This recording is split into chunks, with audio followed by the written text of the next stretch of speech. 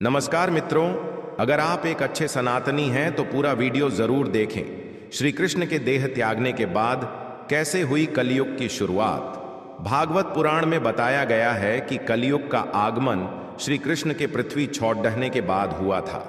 श्री कृष्ण के चले जाने के बाद पांचों पांडव और द्रौपदी भी अपनी अंतिम यात्रा पर निकल पड़े। उसके बाद राजा परीक्षित हस्तिनापुर के राजा बने। ऐसा माना जाता है कि राजा परीक्षित की एक भूल के कारण ही कलियुग की शुरुआत हुई थी।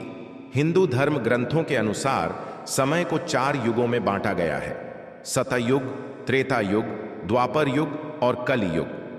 युग परिवर्तन के साथ ही अधर्म की मात्रा भी बढ़ने लगती है। अभी हम और आप कलियुग में रह रहे हैं। कलियुग में अधर्म 75% रहता है। लेकिन क्या आप जानते हैं कि श्री कृष्ण के देह त्यागने के बाद कैसे हुई थी कलयुग की शुरुआत? चलिए जानते हैं भागवत पुराण इसके बारे में क्या कहता है। भागवत पुराण की कथा। भागवत पुराण में वर्णित कथा के अनुसार महाभारत युद्ध के 36 वर्ष बाद श्री कृष्ण ने अपना देह त्याग दिया।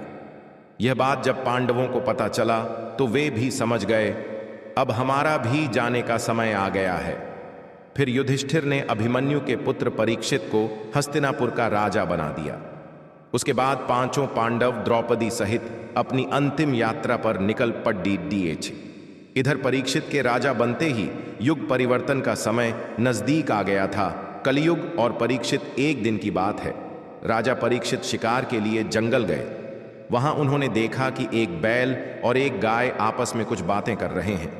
भागवत पुराण में बताया गया है कि धर्म के देवता बैल रूप में और पृथ्वी देवी गाय के रूप में वहां मौजूद थी।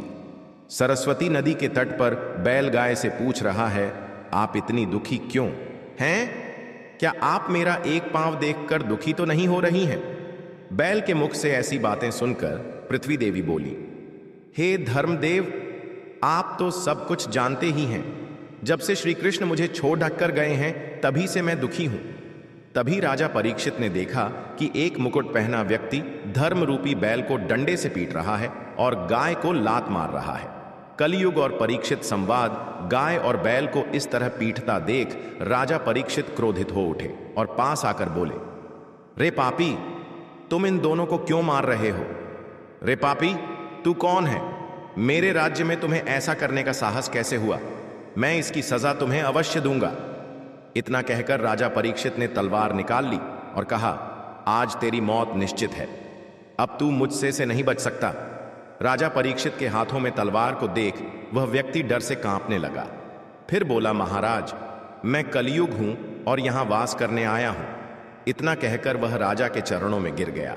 तब राजा परीक्षित ने कहा, तुम अब मेरी शरण में हो। अब मैं तुम्हें मारूंगा नहीं, लेकिन इसी समय मेरे राज्य से निकल जा। कलयुग ने कहा, महाराज, पूरी पृथ्वी पर तो आपका ही राज्य है, मैं कहां जाऊं? तब राजा परीक्षित ने उसे 4 स्थान रहने को दिए। राजा ने कहा, तुम गंदगी, हिंसा, वेश्यालय और जुए के धन में निवास कर सकते हो। राजा परीक्षित की बातें सुनकर कलयुग ने एक और स्थान रहने को मांगा। तब राजा ने उसे सोने अर्थात स्वर्ण में निवास करने को कहा। राजा परीक्षित पर कलयुग का प्रभाव समय बीतता गया और एक दिन राजा संध्योपासना के समय पवित्र होना भूल गए। उसी समय कलयुग ने उनके मुकुट में प्रवेश कर लिया जो सोने से बना हुआ था। उसके बाद एक दिन राजा शिकार को गए तो उन्हें जोर की प्यास लगी। वह पास ही स्थित एक आर्षि के आश्रम में गए। आर्षि उस समय तपस्या में लीन थे। राजा ने उनसे जल देने को कहा, लेकिन तपस्या में लीन होने के कारण वह राजा की बातें सुन नहीं सके। बार बार कहने पर भी जब राजा परीक्षित को पानी नहीं मिला तो उन्होंने एक मृत सांप को आर्षि के गले में डाल दिया और वहां से चले गए। ऐसा कलयुग के प्रभाव के कारण हुआ। कलयुग के प्रभाव से राजा परीक्षित की बुद्धि भ्रष्ट हो चुकी थी। राजा परीक्षित की मृत्यु कुछ समय बाद जब आर्षि श्रृंगी आश्रम लौटे तो आर्षि के गले में मृत सांप को देख वह क्रोधित हो गए। उसके बाद उन्होंने शाप देते हुए कहा, ऐसा अधर्म जिसने भी किया उसकी मृत्यु आज से ठीक 7वें दिन तक्षक नाग के काटने से हो जाएगी। फिर ऐसा ही हुआ। 7वें दिन राजा परीक्षित को तक्षक नाग ने काट लिया और उनकी मृत्यु हो गई। ऐसा माना जाता है उसी दिन से कलयुग का आरंभ हो गया। वीडियो को देखने के लिए धन्यवाद। वीडियो अगर पसंद आए तो अपनी राय कमेंट बॉक्स में जरूर दें। मिलते हैं अगले वीडियो में, तब तक के लिए राधे राधे।